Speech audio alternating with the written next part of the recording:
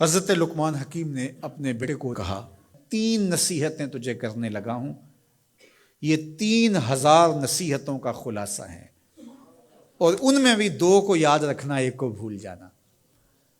تو بیٹا ہمہ تنگوش ہو گیا، تو حضرت لقمان بولے جو نیکی کی ہے اس کو بھول جانا، جو نیکی کی ہے اس کو بھول جانا، اور موت کو اور اپنے رب کو یاد رکھنا۔ یہ میری ساری نصیحتوں کا خلاصہ ہے۔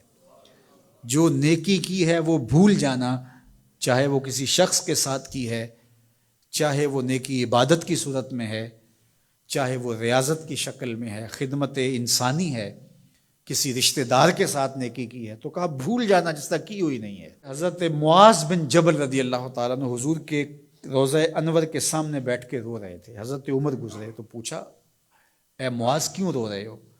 کہا صاحب مزار کا ایک فرمان یاد آیا جس نے رلا دیا۔ کہا وہ کیا فرمان ہے؟ کہا ایک دن حضور نے کہا تھا ادنا سی ریا بھی شرک ہے، تھوڑی سی ریاکاری بھی شرک ہے۔ اللہ صرف اس عمل کو قبول کرتا ہے جو محض اس کے لیے کیا جائے۔ تو نیکی خالص اللہ کے لیے کریں گے تو قابل قبول ہے۔ اللہ تعالیٰ غیرت والا ہے، وہ کسی اور کو اپنے ساتھ شریک ہونا پسند نہیں کرتا۔ تو جب بھی نیکی کرو، یہ سلس دین ہے، انما الاعمال بالنیات۔ اس حدیث کو علماء نے کہا ہے تیسرا حصہ دین کا اس میں ہے کہ اعمال کا دار و مدار نیتوں پہ ہے۔ نیت کا خالص ہونا شرط ہے، ورنہ محنت بھی کی، سجدے بھی کیے، خیراتیں بھی کی، سب کچھ کیا، لیکن نامہ اعمال میں 0 کو ہوگا۔ کیتی کتری پئی کھو محمد تے سکہ بنیا زردہ۔ تو ریاء سے بچنے کی تلقین کی گئی۔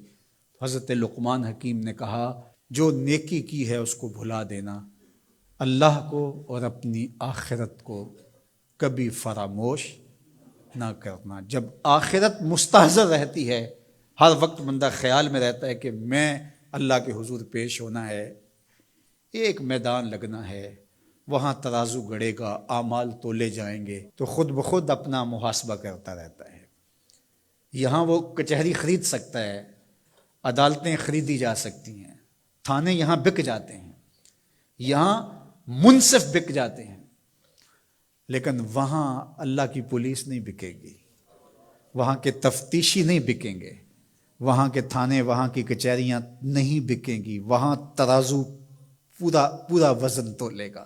یوم تبلی السرائر فما لہ من قوت ولا ناصر۔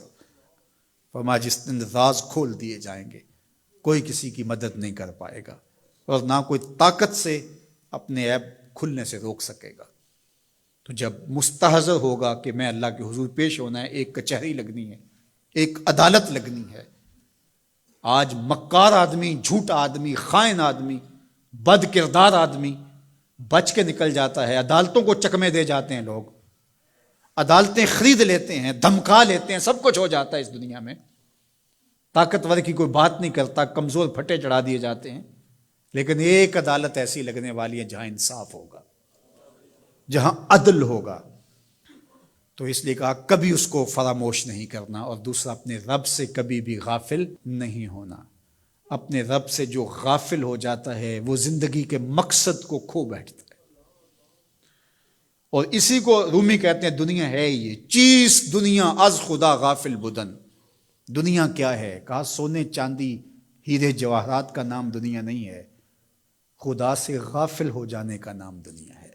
تو اس لیے اللہ کے ذکر سے، اس کی یاد سے، اس سے کبھی بھی غافل نہیں ہونا چاہیے۔ اور اگر کوئی اس سے غافل ہو گیا تو سن لو وَلَا تَكُونُوا كَالَّذِينَ نَسُوا اللَّهَ فَأَنسَاهُمْ أَنفُسَهُمْ اولئک هم الفاسقون۔ کہا ان لوگوں کی طرح نہ ہو جانا جو خدا سے غافل ہو گئے۔ تو جب وہ خدا سے غافل ہو گئے، اللہ نے انہیں ان کی ذاتوں سے بے خبر کر دیا۔